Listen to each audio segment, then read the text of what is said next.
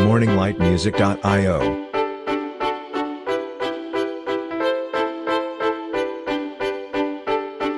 Hello students, welcome to the Chemica point. और आज हम लोग एक बहुत ही इंपॉर्टेंट नेम्ड रिएक्शन के बारे में बात करेंगे which is known as haloform reaction.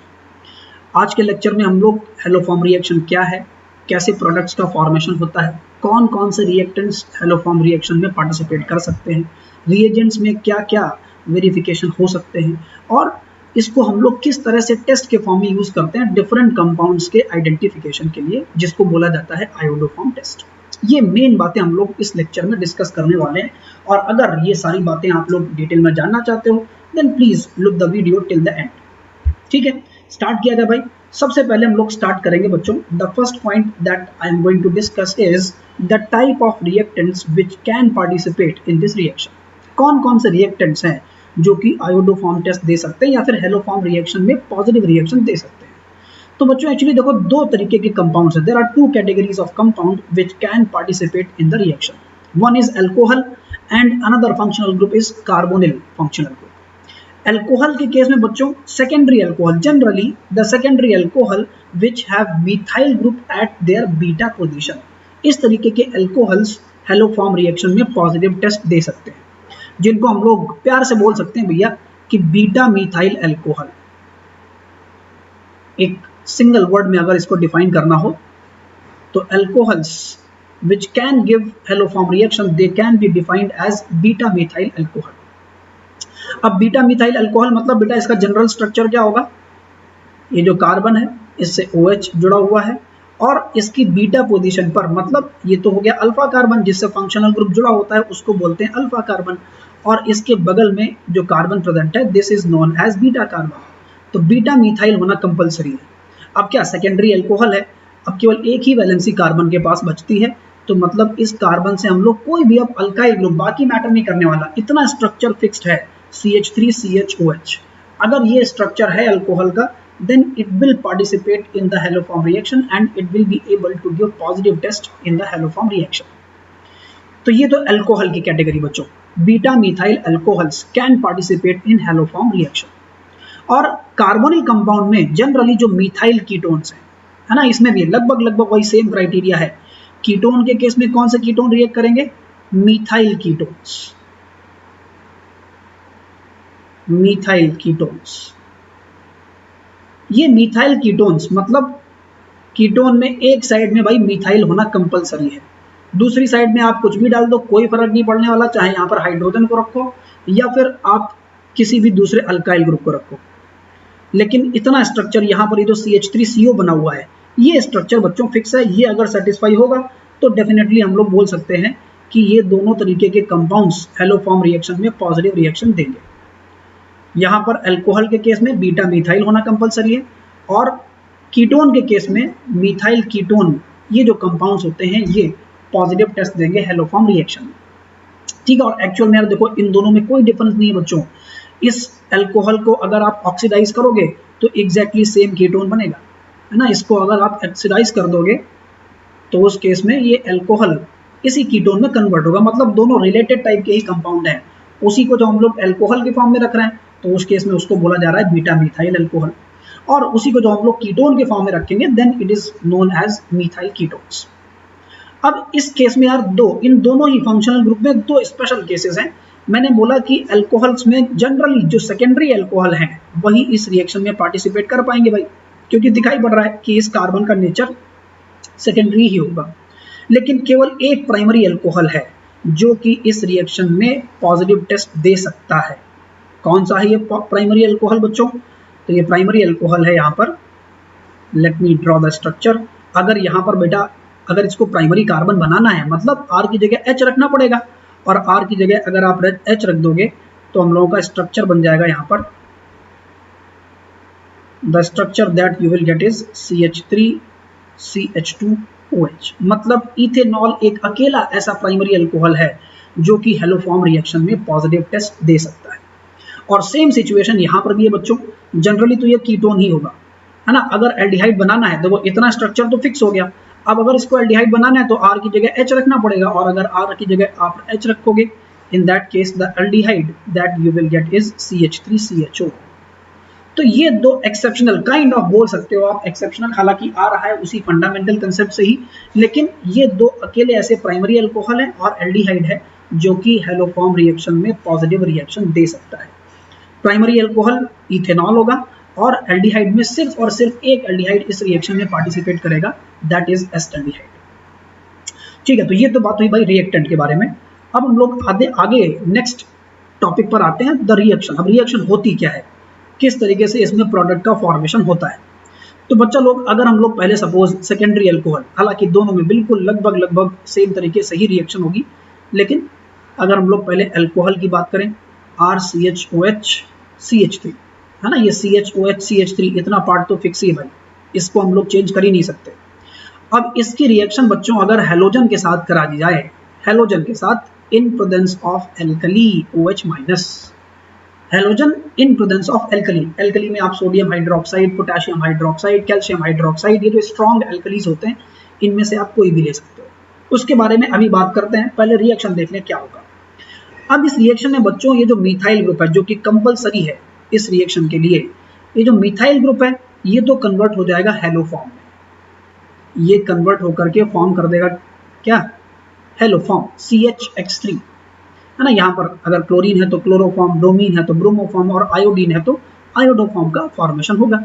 और बाकी का जो बचा हुआ पार्ट है बच्चों, ये जो RCHOH वाला पार्ट है, ये ऑक्सीडाइज होकर के कार्बोक्सिलेट आयन का फॉर्मेशन करेगा। अब आप लोग सोचोगे कि ऑक्सीडेशन हो रहा है तो भाई कार्बोक्सिलिक एसिड बनना चाहिए था, कार्बोक्सिलेट क्यों बन रहा है? क्योंकि बेटा देखो, कार्बोक्सिलिक एसिड एसिड है और रिएक्शन का मीडियम क्या है, अल्कलाइन है।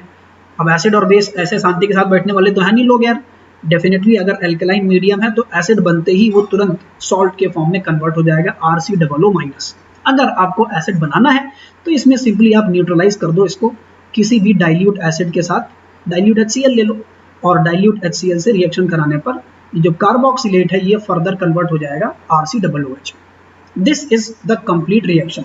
मतलब ये जो मिथाइल ग्रुप है इसको हम लोगों को कन्वर्ट कर देना है हेलो फॉर्म में, और बाकी का जो बचा हुआ मॉलिक्यूल है that will be oxidised into carboxylic acid. और सेम रिएक्शन बच्चों कीटोन के केस में भी एग्जैक्टली सेम रिएक्शन ही देखने को मिलेगी, कोई चेंज नहीं होने वाला भाई, बिल्कुल सेम रिएक्शन होने वाली है। यहाँ पर भी देख लेते हैं ये रिएक्शन भी।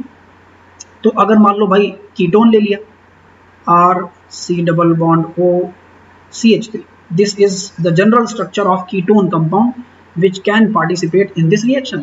और सेम वही अगर हम लोग X2 के साथ सपोज इस बार हम लोग एक पर्टिकुलर बेस ले लेते हैं, सोडियम हाइड्रोक्साइड ले लेते हैं, ठीक है।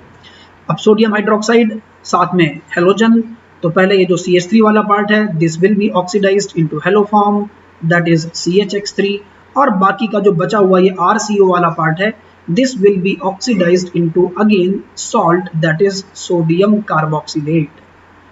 सोडियम सॉल्ट में कार्बोक्सिलिक एसिड के सोडियम सॉल्ट में ये कन्वर्ट हो जाएगा। और अगर इसको आपको फिर से वही एसिड में अगर कन्वर्ट करना है, just treat it with any dilute acid and that will give us carboxylic acid RCOOH।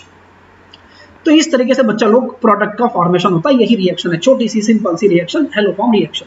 CH3 is converted into hello form and the rest of the molecule or rest part of the molecule is converted into carboxylic acid। ठीक है, ये reaction I hope सभी लोगों को clear होनी चाहिए, है ना। इसके एग्जांपल्स अभी लास्ट में मैं आप लोगों को कुछ पर्टिकुलर मॉलिक्यूल लेकर के भी इनके एग्जांपल्स शो करूंगा। पहले हम लोग थोड़ा और कुछ काम की बातें कर लेते हैं। नेक्स्ट जो हम लोग बात करना चाहते हैं दैट इज रिएजेंट। रिएजेंट है तो बड़ा सिंपल सा यार, क्या मैंने रिएजेंट बताया आप लोगों को? हेलो फॉर्म रिएक्शन में यूज किया जाता है बच्चा लोग हेलोजन एंड एल्कली। एल्कली मतलब OH-। अब एल्कली में आप कोई भी यूज कर सकते हो, सोडियम हाइड्रोक्साइड ले लो, है ना, पोटेशियम हाइड्रोक्साइड ले लो, कैल्शियम हाइड्रोक्साइड ले लो, कोई भी आप स्ट्रॉन्ग एल्कली अगर ले लेते हैं तो हेलो फॉर्म रिएक्शन हम लोगों को देखने को मिलेगी, पॉजिटिव हेलो फॉर्म रिएक्शन। लेकिन इसमें थोड़ा सा ट्विस्ट है यार। ट्विस्ट बोले तो अगर आप लोगों ने P ब्लॉक पढ़ा होगा, P ब्लॉक अगर आपने पढ़ा होगा तो हेलोजन को बच्चों जब हम लोग एल्कलाइन सॉल्यूशन में डिसॉल्व करते हैं OH- में, तो क्या होता है, इसका डिस्प्रपोर्शनेशन होता है, और डिस्प्रपोर्शनेशन होकर के क्या बन जाता है, X- हेलाइड और साथ में हाइपोहेलाइड OX-, X- एंड OX-। और इसकी ये जो OX- यहाँ पर जो ऑक्सीडाइजिंग एजेंट की तरह काम कर रहा है that is basically this OX-। है ना। तो कई बार होता क्या है, ये X2 प्लस NaOH लिखने के बजाय, X2 प्लस NaOH लिखने के बजाय हम लोगों को रिएक्शन में या क्वेश्चन में क्या दिया रहता है रिएजेंट, NaOX सोडियम हाइपोहैलाइड या पोटेशियम हाइपोहैलाइड या फिर calcium hypohalide, calcium hypohalide CaOH whole twice. तो इसलिए ये चीज एक इंपॉर्टेंट बात ध्यान रखिएगा कि चाहे हेलोजन प्लस एल्कली दे रखा हो या फिर सीधे सीधे हाइपोहैलाइड के फॉर्म में रिएजेंट दे रखा हो, सोडियम हाइपोहैलाइड, पोटेशियम हाइपोहैलाइड या फिर कैल्शियम हाइपोहैलाइड, दोनों का मतलब सेम है, दोनों ही केसेस में हेलोफॉर्म रिएक्शन ही होगी। और कैल्शियम के केस में बच्चा लोग अगर क्लोरीन ले लिया, है ना, जैसे मान लो पूरी रिएक्शन लिख करके देख लेते हैं इसकी, बड़ी ही मजेदार बात है ये। क्लोरीन की रिएक्शन बच्चों अगर कैल्शियम हाइड्रोक्साइड से कराओगे तो क्या होगा, कैल्शियम क्लोराइड बनेगा CaCl2 और साथ में क्या बनेगा, कैल्शियम हाइपोक्लोराइड बनेगा। और बच्चों इस पूरे के पूरे मिक्सचर को कुछ बोला जाता है, क्या बोला जाता है, इसको बोला जाता है ब्लीचिंग रिएजेंट। इसको क्या बोला जाता है, ब्लीचिंग पाउडर या ब्लीचिंग रिएजेंट।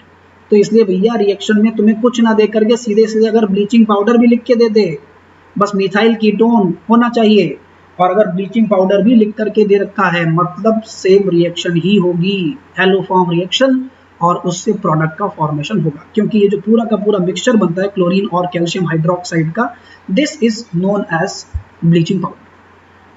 ठीक है, तो ये बातें रिएजेंट के बारे में जरूर ध्यान रखिएगा। पहली बात कि जो नॉर्मल रिएजेंट है that is halogen in presence of alkali, लेकिन इसी कॉम्बिनेशन को हाइपोहैलाइड के फॉर्म में भी दिया जा सकता है, NaOH के फॉर्म में।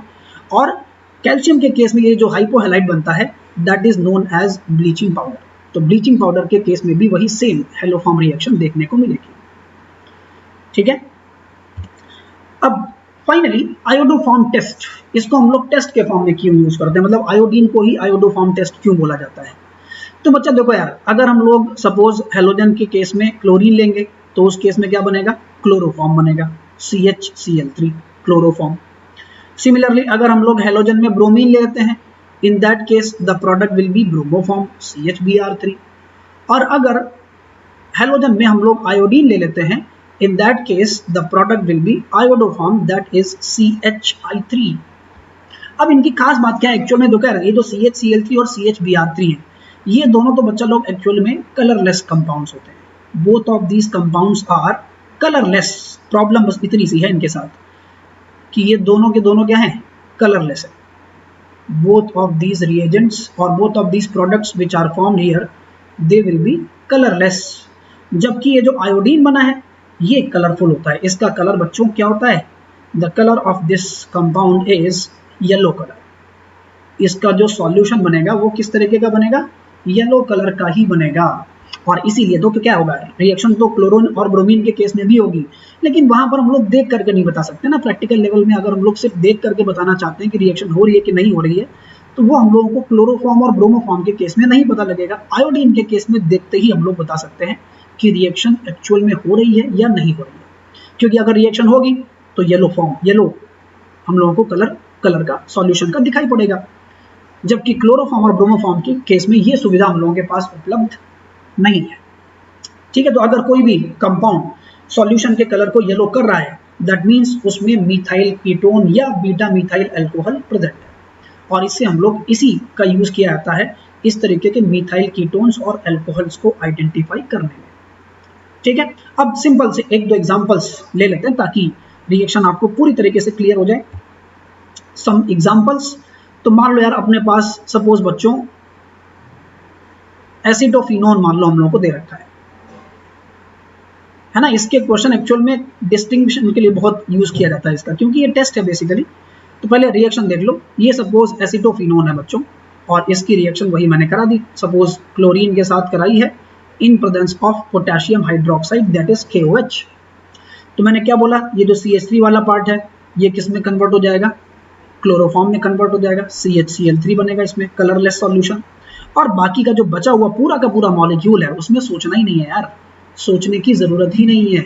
This will be oxidised into carboxylic acid. हालांकि अलग बात है कि पहले सॉल्ट बनेगा COO- K+, and if you treat it further with acid that will give us benzoic acid. इससे फॉर्मेशन हो जाएगा बेंजोइक एसिड। ठीक है, ये रिएक्शन हम लोगों की होती है। और इस तरीके से आप कोई भी रिएक्शन निकाल करके प्रोडक्ट बना सकते हो।